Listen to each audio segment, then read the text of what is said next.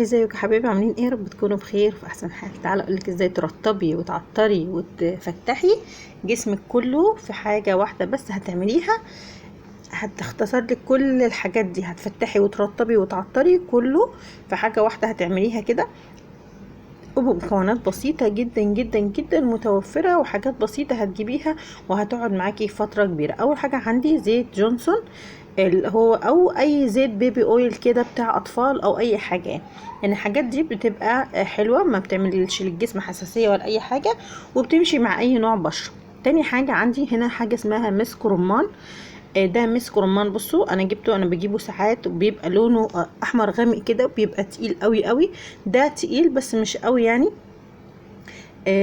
وكمان لونه فاتح، تمام، بس ريحته حلوه برضو، ريحته قويه شويه. طبعا كل ما جبتيه من بتاع بتجاب من عند بتاع العطور، كل ما جبتيه من عند واحد معروف ومشهور وكويس يعني مضمون، بيبقى لونه اغمق كده، بيبقى ريحته اقوى واقوى وبيبقى حلو. تمام. انا عايزه اقول لكم الازازه دي ملت معايا ازازه جونسون، حطيتها على الزيت ده، جونسون ده كله، وعامله ريحه خطيره خطيره. وعندي بقى الحاجه الثالثه اللي هي بتاعه التفتيح، اللي هي زيت العرق سوس. تمام. تقدري لو انت مش محتاجه تفتيح، محتاجه ان انت ترطيب وتعطير بس، هتحطي مسك الرمان على زيت البيبي جونسون او بيبي اويل، وهتحطيهم على بعض وترجيهم كويس كويس جدا. ده بيرطب. بس اهم حاجه عايزه اقول لكم على حاجات كده، شويه حاجات لو هتكملي معايا الفيديو، حاجات مهمه جدا جدا. وعجبكم الفيديو ما تنسوش تشتركوا في القناه وتفعلوا زرار الجرس عشان يوصلكم كل جديد. ما تنسوش بقى لايك وتعليق حلو كده زيكم. هنا كمان في حاجات، شويه حاجات كده هقول لكم ممكن تضيفيها وممكن لا، براحتك خالص. ممكن تضيفي مكعب مسك كده تبشري، بس انا بصوا تجربتي مع المسك اللي هو اللي لونه برتقاني ده بيبقى عامل زي الشمع كده. انا كنت عامله خلطه كده، بعطر بيها، يعني بحطها في علبه كده وبفتحها وبعطر بيها كده البيت، بسيبها شويه كده، بتخلي ريحه البيت حلوه. وكمان لو حطيتيه في اوضه ولا حاجه، وكمان ممكن تاخدي منه تدهني مثلا لو كعب رجلك، تدهني مثلا لو في اطراف الشعر كده، اي حاجه هيعطر لك برضو الشعر، وهيعطر لك اي حاجه انت عايزه تعطريها. وانا كنت بصراحه بعمله كده للبيت. ده معاني دوبته مع حاجه تاني، مش فاكره كان ايه، زيت زيتون ولا كان فازلين ولا ايه، مش فاكره. بس يعني هو متدوب مع حاجه، وفي نفس الوقت راح مسك تاني بقى جامد. فانا لو حطيته في الزيت هلاقيه بشرته، حطيته في زيت جونسون هلاقيه اتركز كده من تحت، ومش هيطلع معايا ومش هيتشربه الجسم، لان هو عامل زي الشمع. بس هو عايزه اقول لكم ترطيبه حلو. انا بستخدمه في الكريمات، يعني المسك ده بستخدمه، ممكن تعملي بيه كريمات او مع الفازلين اي حاجه زي كده. انما زيت بيبي جونسون النهارده الوصفه بتاعتنا عايزه اعملها كده وصفه حلوه وخفيفه كده وسايله علشان تبقى معانا حلو. بصوا هحط الازازه، عايزه اقول لكم ان هو تقيل بس هو مش باين في البتاع ده. بصوا هتشوفوه هو بينزل، هو عامل زي مش عارفه اقول لكم ايه، زي الجل كده شويه. تمام. بس ده خفيف برضو شويه، يعني في ساعات بجيبه بيبقى زي الجل كده.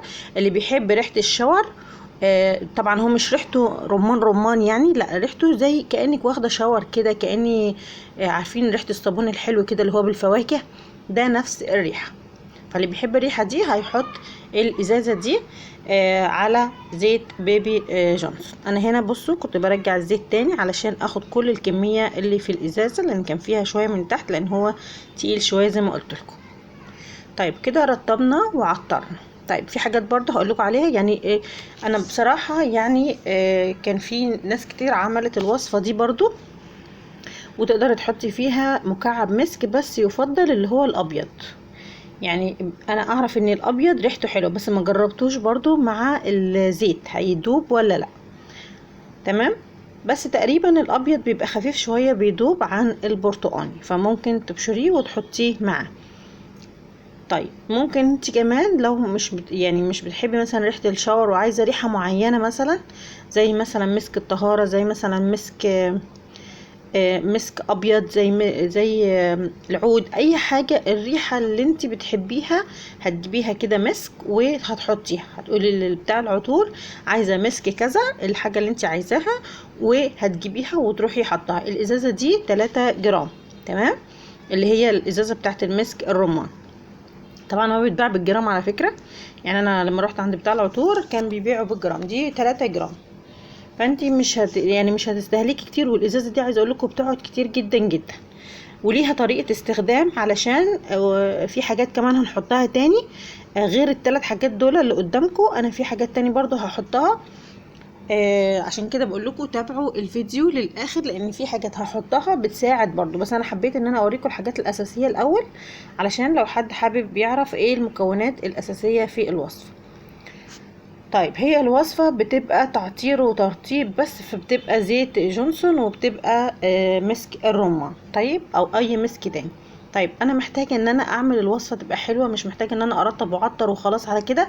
حابه ان انا استفاد كمان بالوصفه، فحطيت نقطه مش نقطه، نص معلقه كده صغير من زيت العرق سوس ده علشان يديني كمان تفتيح.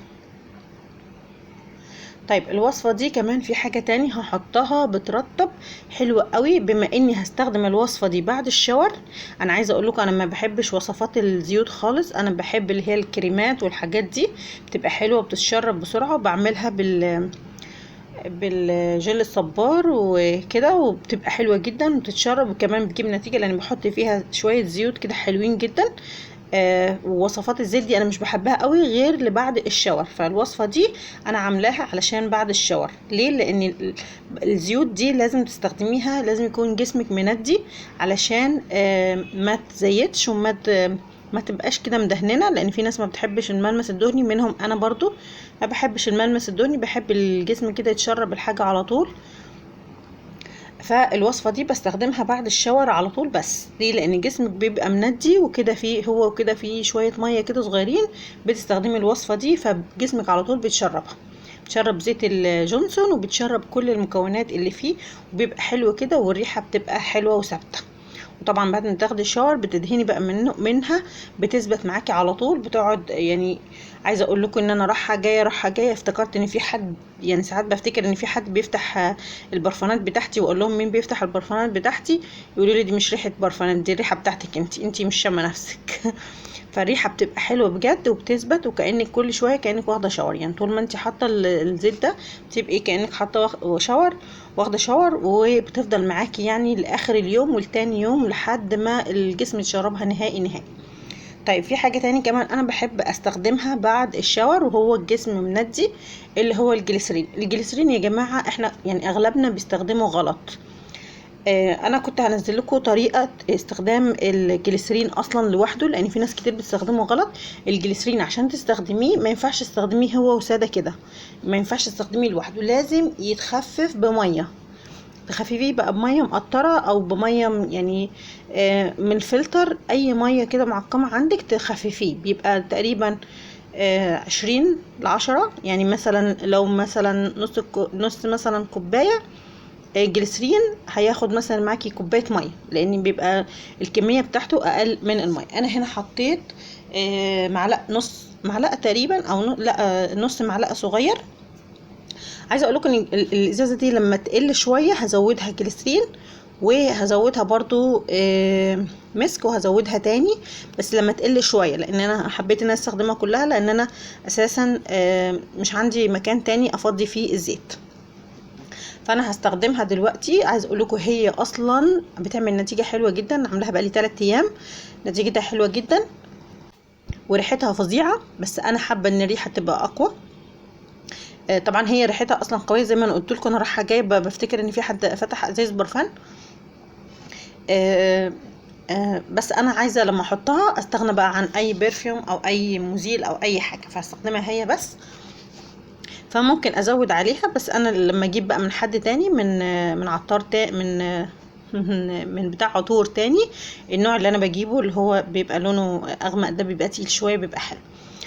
تمام كده. حطينا الجليسرين بيرطب، والزيت بيرطب، والمسك بيعطر، وزيت العرق سوس بيفتح. يبقى كده احنا عملنا كل الحاجات اللي احنا محتاجينها لجسمنا، وهينفع معاكي لاي مكان في جسمك، لايدك لرجلك لوشك لكل الاماكن، لاي مكان في جسمك. بعد ما تاخدي شاور تدهني بقى منه جسمك كله كله كله. عايزه اقول لكم بس لازم يكون هو مندي، عشان كده بقول لكم الوصفه دي انت بعد ما تاخدي الشاور هتدهني منها، هتستغني عن اي حاجه، لا هتحطي بادي ماسك ولا هتحطي مزيل عرق ولا هتحطي اي حاجه. هتحطي منها طبعا احنا كل يوم بناخد شاور مثلا، هتروحي تحطي منها، تستغنيكي عن اي حاجه، لا هتحطي كريمات مرطبه ولا هتحطي اي حاجه.